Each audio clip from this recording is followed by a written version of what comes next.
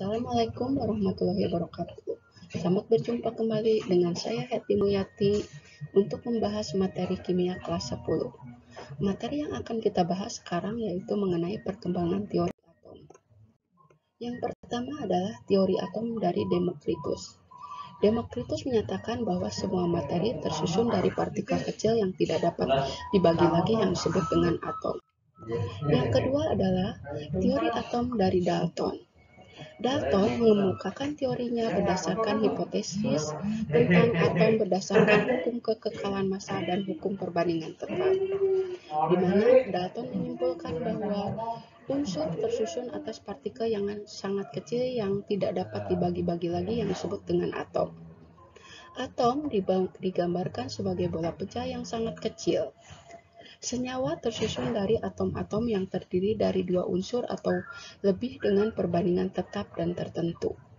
Atom tidak dapat diciptakan atau dimusnahkan. Teori atom Dalton memiliki kelemahan, yaitu tidak dapat menjelaskan perbedaan antara atom unsur yang satu dengan atom unsur yang lain. Yang kedua, tidak dapat menerangkan suatu larutan dapat menghantarkan listrik.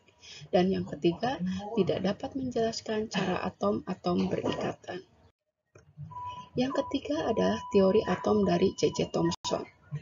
Model atom Thomson merupakan bola padat bermuatan positif dengan elektron yang bermuatan negatif tersebar di dalamnya.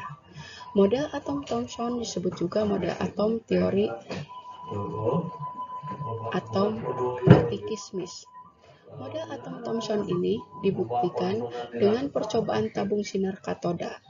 Sinar katoda berbelok ke arah elektroda positif, artinya sinar katoda bermuatan negatif. Dari percobaan sinar katoda tersebut, Thomson menemukan elektron.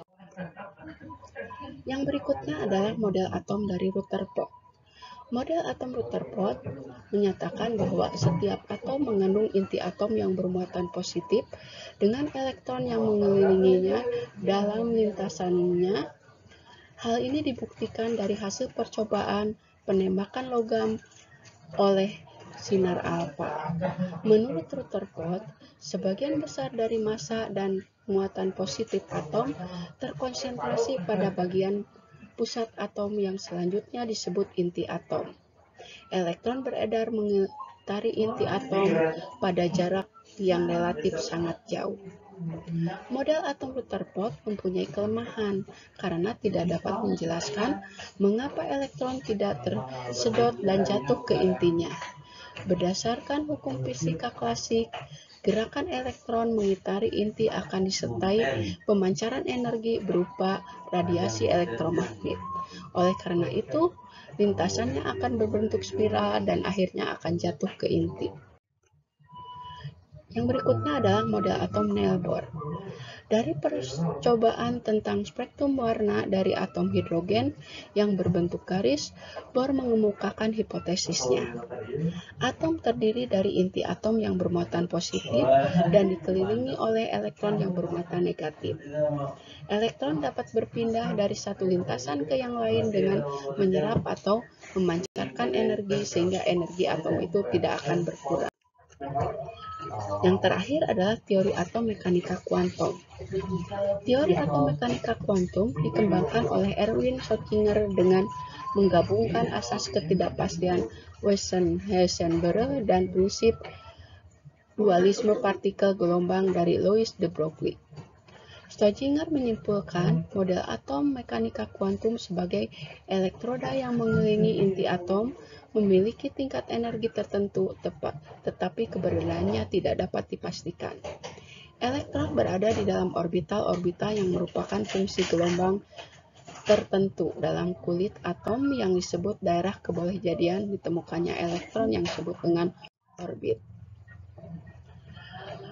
Nah, materi yang hari ini udah cukup sampai di sini dulu. Nah, nanti tugasnya dikerjakan di sini. Yang pertama di sini buat gambar yang menunjukkan lintasan elektron, proton, dan neutron dalam medan listrik. Yang kedua, jelaskan gagasan utama dalam teori atom Dalton, Thomson, Rutherford, Bohr, dan mekanika kuantum. Terima kasih. Wassalamualaikum warahmatullahi wabarakatuh.